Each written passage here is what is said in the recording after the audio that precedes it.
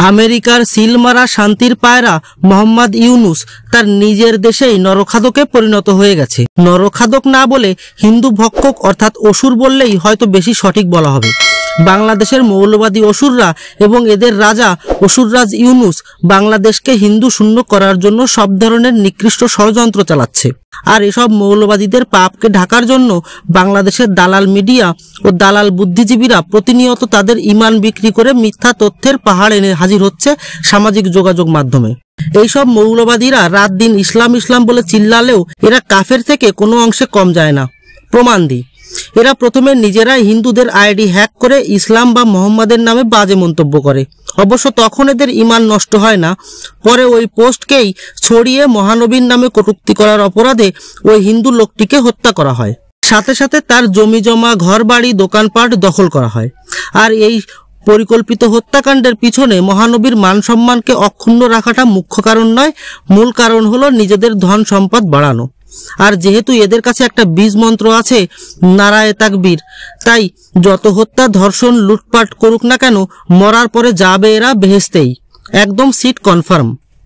প্রথম দিকে একটা একটা করে হিন্দু টার্গেট করা হতো, আর এখন ইউনুসের ছত্রছায়ায় একসাথে সব হিন্দুদের নাশ করতে উঠে পড়ে লেগেছে এইসব মৌলবাদীরা। এদের দুমুখ চরিত্রের দিকটা একটু বলি।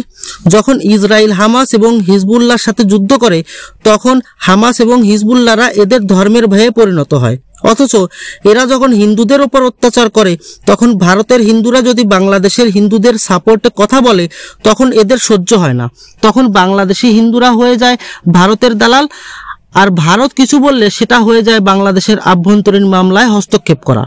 আগে এই মৌলবাদীরা হিন্দুদের আইডি হ্যাক করে নাটক সাজাতো, আর এখন নিজেরাই নিজেদের লোকেদের হত্যা করে দায় চাপাচ্ছে হিন্দু আন্দোলনকারীদের উপর। যার তাজা উদাহরণ হলো সাইফুল ইসলাম নামের আইনজীবীর মৃত্যু। প্রায় সমস্ত মিডিয়া এই হত্যাকাণ্ডের দায় হিন্দু আন্দোলনকারীদের উপর দেওয়ার চেষ্টা করলেও সাইফুলকে মারার যে ভিডিও ফুটেজ পাওয়া গেছে সেখানে পরিষ্কার দেখা যাচ্ছে এনাকে মারছে কালো প্যান্ট ও সাদা শার্ট পরা লোকেরা। হয়তোবা এমনও হতে পারে একে মারার পিছনে তারই কলিগদের হাত ছিল। এটাও মৌলবাদীদের একটা ঘটনা ঘটিয়ে দোষ চাপানোর খেলা। এই হত্যাকাণ্ডের পরপরই যে 5 জনকে আটক করা হয়েছিল তার মধ্যে 3 জনই ছিল ছাত্র শিবিরের লোক। তবে এখন অবশ্য এইসব তথ্য ধুয়ে মুছে নতুন করে চার্জশিট সাজানো হবে, যেখানে হিন্দুদের আসামি করা হবে। এবার বলি জাতীয় পতাকা অবমাননা করার বিষয়টি। এইসব আল্লাহর বান্দারা যখন জাতীয় পতাকাকে বিছিয়ে তার উপর দাঁড়িয়ে নামাজ পড়ে তখন সেটা Islamic photo of the year ঘোষিত হয়। যখন এইসব জিহাদিরা জাতীয় সঙ্গীত এবং পতাকাকে বদলে ফেলার কথা বলে তখন সেটাকে দ্বিতীয়বার দেশ স্বাধীন করা যোদ্ধাদের রাষ্ট্রভক্তির নমুনা হিসেবে দেখানো হয়।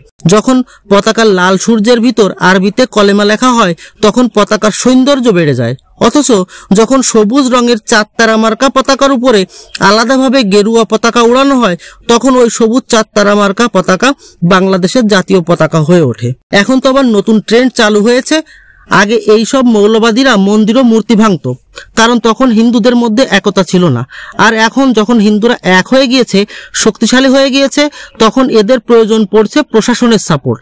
আর তাই তো নিজেরাই মসজিদ ভেঙে প্রচার করছে যে হিন্দুরা করেছে, যাতে সেন্টিমেন্ট পাওয়া যায়। অবশ্য এই সেন্টিমেন্ট পাওয়া এবং ভিকটিম কার্ড খেলায় সারা বিশ্বে মুসলমানরা সব থেকে বেশি দক্ষ। ইসলামোফোবিয়া বলতে বলতে বিশ্বের 57টি মুসলিম দেশ বানিয়ে নিয়েছে, অথচ এদের ইসলামোফোবিয়া শেষই হচ্ছে না। যাই হোক, একটা বিষয় তো ক্লিয়ার যে বাংলাদেশে হিন্দু একতা দেখে মৌলবাদীরা একেবারে পাগল হয়ে গেছে। মৌলবাদীরা ভাবছে দিনের বেলায় যাদের মন্দির পাহারার নাটক করে রাতের বেলা ভাঙতাম এবং তা সবাই মুখ বুজে মেনেও নিত, তারা কিভাবে এতটা সাহসী হয়ে উঠল। বাংলাদেশের মোট জনসংখ্যার 7% হিন্দু।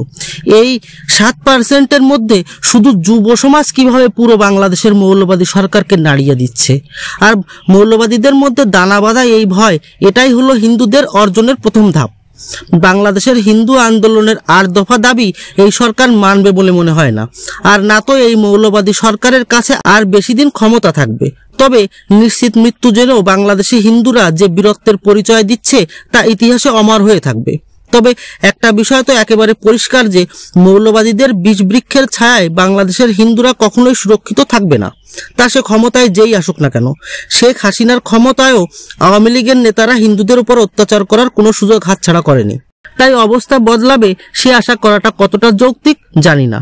হিন্দুদের এই আন্দোলনকে বর্বরভাবে দমন করার নীতি থেকে যদি ইউনূস সরকার সরে না আসে, তবে আমার মনে হয় সব দাবি বাদ দিয়ে এক দফা এক দাবি নিয়ে আসা উচিত, আর সেটা হবে নিজেদের অস্তিত্বের রক্ষায় আলাদা হিন্দু রাষ্ট্রের দাবি। 1947-এ ভারত স্বাধীন হলে জিন্না আলাদা মুসলমান রাষ্ট্রের দাবি করেছিল, আর এই দাবির পিছনে যুক্তি ছিল ভারতের স্বাধীনতা সংগ্রামে মুসলমানরাও রক্ত দিয়েছিল। ঠিক সেইভাবে বাংলাদেশের স্বাধীনতার সময় হিন্দুরাও রক্ত দিয়েছিল। তখন আলাদা রাষ্ট্র না চাইলেও এখন সময়ের প্রয়োজনে আলাদা হিন্দু রাষ্ট্রের দাবি যথেষ্ট যৌক্তিক। এ বিষয়ে আপনারাও যদি একমত থাকেন, তাহলে আসুন এই ভিডিওটিকে বাংলাদেশের হিন্দু সমাজ পর্যন্ত পৌঁছে দিতে বেশি বেশি লাইক, কমেন্ট এবং শেয়ার অবশ্যই করি। ধন্যবাদ।